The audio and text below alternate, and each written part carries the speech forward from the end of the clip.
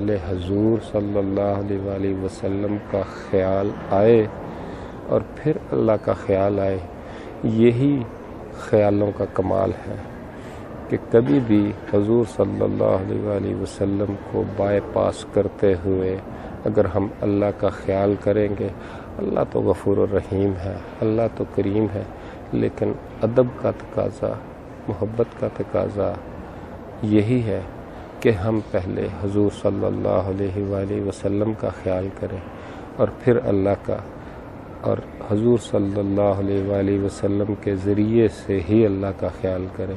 اور اس سے بھی زیادہ جب ہم ادب میں جاتے ہیں تو پھر انسان کو چاہیے جس کا جو شیخ ہے وہ اپنے شیخ کے ذریعے شیخ کا خیال کرتے ہوئے، اس کے بتائے ہوئے طریقوں کا خیال کرتے ہوئے حضور صلی اللہ علیہ وآلہ وسلم کا خیال کریں۔ یہ بھی ادب کے تقاضوں میں آتا ہے کہ آپ اپنے شیخ کا خیال کرتے ہیں اور اس خیال کو ادب سے لیتے ہیں، پھر اس خیال کے ذریعے آپ حضور صلی اللہ علیہ وآلہ وسلم کا خیال کرتے ہیں، کیونکہ جس نے بھی آپ کو حدیث بتائی وہ آپ کا استاد ہے۔ آپ اس استاد کا خیال کرتے ہوئے آپ دیکھتے ہیں کہ آپ کا استاد کتنے پیار سے، کتنی محبت سے، کتنے ادب سے حضور صلی اللہ علیہ وآلہ وسلم کا نام لے رہا ہے۔ اس ادب کو سیکھتے ہوئے آپ حضور صلی اللہ علیہ وآلہ وسلم تک پہنچتے ہیں، ان کا سنتے ہیں، انہوں نے کیا کیا کہا زندگی میں وہ سنتے ہیں، پھر ان کے ذریعے آپ خیال کرتے ہیں کہ یہ اللہ نے ہم تک حضور صلی اللہ علیہ وآلہ وسلم کے ذریعے، استاد کے ذریعے ہم تک یہ چیزیں پہنچائیں۔ اور جب انسان اپنے آپ کو اس ادب کے تقاضے میں لے آتا ہے تو پھر اس میں وہ ایگو نہیں آتی، پھر وہ چیز نہیں آتی جس میں وہ بڑا کھل کے کہہ دیتا ہے کہ اللہ نے یہ کہا، اللہ نے وہ کہا۔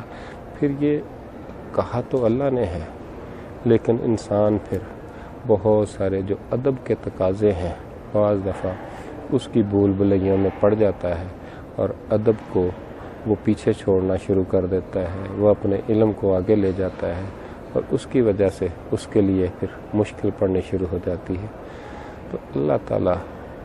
جس کسی کو بھی اس بارگاہ میں، اس ملک میں، اس مکہ اور مدینہ میں جب انسان ادب کے ساتھ، اور انسان جب ادب پا لیتا ہے تو پھر اس ادب کے ذریعے اس کو جو بھی علم ملتا ہے وہ ہمیشہ کے لیے اچھا علم ہوتا ہے، اس علم سے اس کو کبھی بھی نقصان نہیں ہو سکتا، اس علم کے ذریعے وہ کبھی بھی شیطان نہیں بن سکتا، کیونکہ شیطان صرف اس لیے بنا دے کہ وہ اس کے پاس ادب نہیں رہا۔ اور جب انسان اپنے ادب کو پہلے رکھے اور علم کو بعد میں رکھے تو پھر اس کو کبھی بھی اپنے علم سے نقصان نہیں ہو سکتا۔ تو اللہ تعالیٰ جس کسی کو بھی جیسے بھی، اور ایسے ہی جب ہم ادب کی بات کرتے ہیں تو ہمارے جو خیال ہیں ان کو بھی ادب چاہیے۔ جب ہم خیال کرتے ہیں مکہ کا، خیال کرتے ہیں مدینہ کا، تو اس میں بھی ہمیں اپنے آپ کو ادب میں لے کے آنے کی ضرورت ہے۔ اور ادب میں آنے کے لیے انسان کے پاس جتنی بھی نعمتیں ہیں وہ اس کا ہر وقت شکر ادا کرتا رہے، وہ ہر وقت کسی بھی چیز کو دیکھے، کسی بھی نعمت کو دیکھے، پہلے اس کا شکر ادا کرے، شکر الحمدللہ کرے، پھر اس کا ادب کرے، اور پھر اس کے بعد وہ اس چیز کو استعمال کرے یا اس چیز کے لیے جو بھی وہ اس سے بینیفٹ اٹھانا چاہتا ہے اٹھائے، لیکن ہر اس کائنات کے ایک ایک ذرے کا ادب چاہیے، کیونکہ یہ اللہ کی بنائی ہوئی تخلیق ہے۔ اور جب اللہ کی بنائی ہوئی کسی بھی تخلیق کی انسان ادب کرتا ہے تو پھر اس بنانے والے کو وہ ادب پسند آتا ہے، اور یہ ادب ہمیشہ انسان کے خیال سے شروع ہوتا ہے۔ اور بہت سارا ہمارے پاس یہ مشکل ہوتی ہے کہ ہمارے خیالوں میں یہ ادب نہیں ہوتا اور ظاہر میں ہم کرنے کی کوشش کرتے ہیں۔ تو اللہ تو جانتا ہے، اور جب اللہ جانتا ہے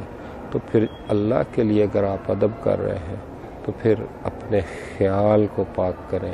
اپنے خیال کو ادب میں لے کے آئیں. انشاءاللہ اللہ تعالی ہم نے جو بتایا، اللہ تعالی مجھے بھی اور آپ کو بھی اس پہ عمل کرنے کی توفیق عطا فرمائے. السلام علیکم ورحمۃ اللہ وبرکاتہ.